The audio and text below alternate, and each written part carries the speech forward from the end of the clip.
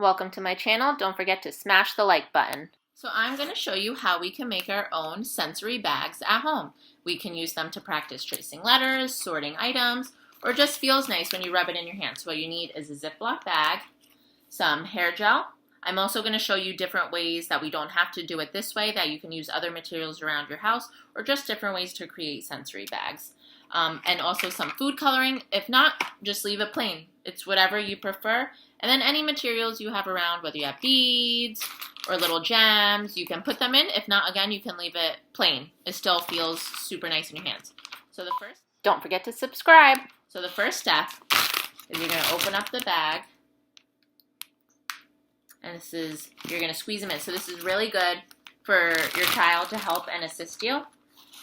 And then just squeeze some in. It's good for hand strength.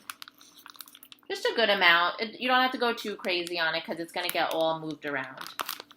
So a couple big squeezes. Get some air in there and squeeze some more in. And then you can add in, get it to the bottom, and then you can add in food colors if you want. Or you can leave it plain. It also smells really nice, so that's a bonus. So I'm going to add in just a couple drops, 1, 2 squirts. Also, your child could help with that. So it's really great. Get them involved. Have them full out in the process. Now I'm going to zip it up. If you want, you can tape the top of it.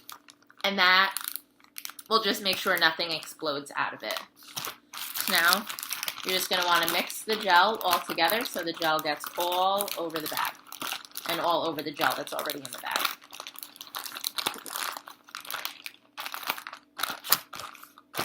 And just make sure there's no air left in. You want it to be as flat as possible. So sensory bags are a fun way to practice letter formation, practicing a shape, drawing lines, just you doing it with a different texture and different material than just using paper, pencil, crayons, because sometimes that gets boring. So I'm going to do an activity. We could do it together. We have our sensory bag. And then you can either have pictures of the shapes. For me, I wrote out the letter A, but I can also do it without it. So ready? I'm going to show you my sensory bag. Here's mine. And what I want, can we draw a circle? So we're going to use our pointer and make a circle. Let's do it together. Circles go around and stop. Here's my circle. Did you make yours? Then we can erase it, and our gel is all still there. Get a nice feel. Ready? Now we're going to make a big line.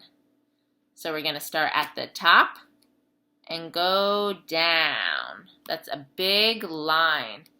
Now we're going to go across.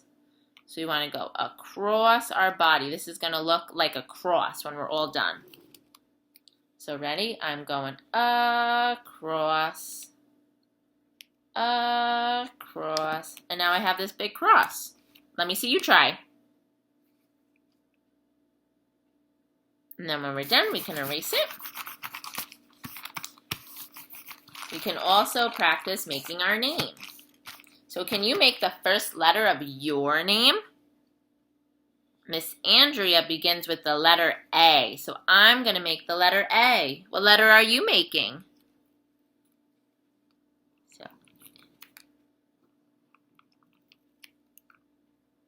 Here's my letter A.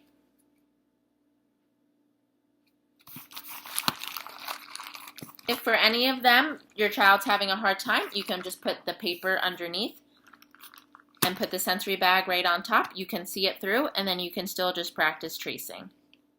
That is fine too. Same with doing shapes, lines, their name, numbers.